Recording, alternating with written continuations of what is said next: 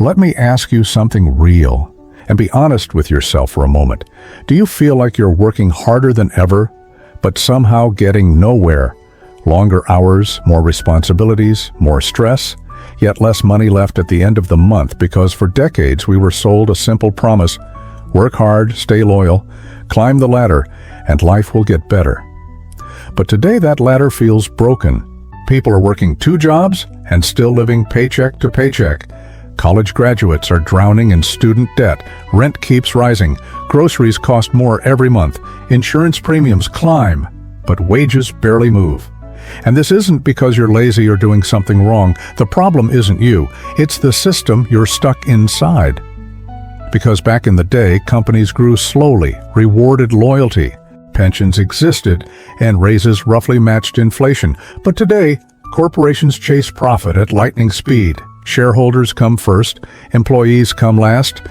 A company can double prices overnight. But your salary gets reviewed once a year if you're lucky. And that gap between fast-moving prices and slow-moving wages is quietly stealing your future. Think about it. Your rent goes up 10%. Your raise is only 3%. Groceries rise again. Gas costs more. But your paycheck barely changes, which means you're actually making less every single year, even when your salary technically increases. And that's what I call hidden poverty. You don't look poor. You still go to work. You still pay your bills. You still function. But you're stuck. No progress, no breathing room, no safety net. All was one unexpected expense away from panic.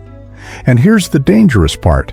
When effort stops paying, people stop believing. They stop dreaming big. They stop investing in themselves. They stop taking risks. And that slows down society as a whole, because growth comes from people who believe the future is worth building. But when that belief cracks, everything changes. People become defensive, cautious, short-term thinkers, not because they lack ambition, but because they no longer feel secure enough to take a leap of faith. And that shift is massive, not just for individuals, but for the entire economy, because economies don't just run on numbers, they run on confidence. And right now, confidence is quietly leaking out of everyday life. Meanwhile, stock markets hit record highs, executives collect bonuses, investors celebrate, but workers wait. And this isn't an accident. The system rewards ownership more than labor. If you own assets, your wealth grows. If you work for money, you stay behind, and that gap keeps widening. People who already have money make more money, while people who work for a living fall further behind, and this creates frustration, resentment, and a growing sense that the game is rigged, and maybe it is, because the rules changed without warning. We were taught to save, but inflation eats away at our savings. We were told to get a good education, but now we're buried under debt that feels impossible to pay off. We were encouraged to stay loyal to our employers, but jobs are less secure than ever. Layoffs happen overnight. Companies chase profit without thinking about people. The ground shifted beneath our feet while we were busy playing by the old rules, and nobody sent us the updated rulebook. So now we were stuck trying to balance on a system that no longer works the way it used. Two, and perhaps the most dangerous part of all this, is what we choose to measure. As a society, we celebrate GDP growth, record stock markets, low unemployment numbers. We look at these abstract statistics and tell ourselves everything is fine. But we don't have a metric for stress. We don't have a chart for anxiety.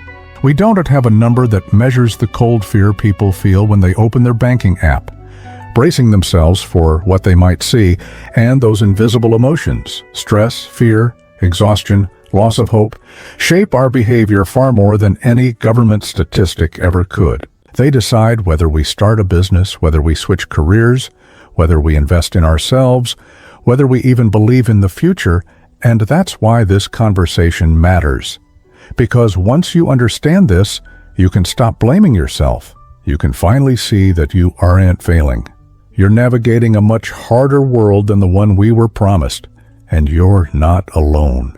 Millions of people feel the same squeeze, fight the same silent battles, have the same late-night worries about money, and that shared struggle is something nobody talks about openly because it feels personal, it feels embarrassing, it feels like failure, but it isn't. It's systemic, and the real damage isn't just financial, it's psychological. People stop dreaming, stop planning long-term, stop believing hard work leads somewhere better. And when a society loses its optimism, progress becomes harder, not because resources disappear, money and technology are still there, but because the collective energy, the willingness to build, innovate, and take risks starts to fade. The engine of society runs on fumes, and that's why this crisis feels different from past ones. It's not loud like a stock market crash. It's not dramatic like a recession with massive visible layoffs. It's slow, silent erosion, a gradual wearing down of confidence, ambition, and security. And that kind of damage takes years to heal, because you can print money, you can lower interest rates, but you can't print trust. You can't manufacture belief. Rebuilding that takes time, maybe even a generation. And the scariest part is we barely even talk about this emotional recession because it doesn't fit neatly into charts or spreadsheets. You can't graph fear. You can't put a number on exhaustion. You can't measure the quiet despair of feeling stuck. But these feelings shape every important decision people make. Whether someone feels brave enough to switch jobs, whether a couple feels secure enough to start a family, whether an entrepreneur dares to launch a business, when millions of people start thinking smaller, not out of laziness, but self-preservation, the entire economy shrinks emotionally, even if the numbers on paper keep growing. And that's why this crisis stays hidden in plain sight. It lives inside people, in quiet conversations between partners at night, in the stress of checking bank balances, in dreams postponed for another year. And now, here's the part nobody wants to talk about.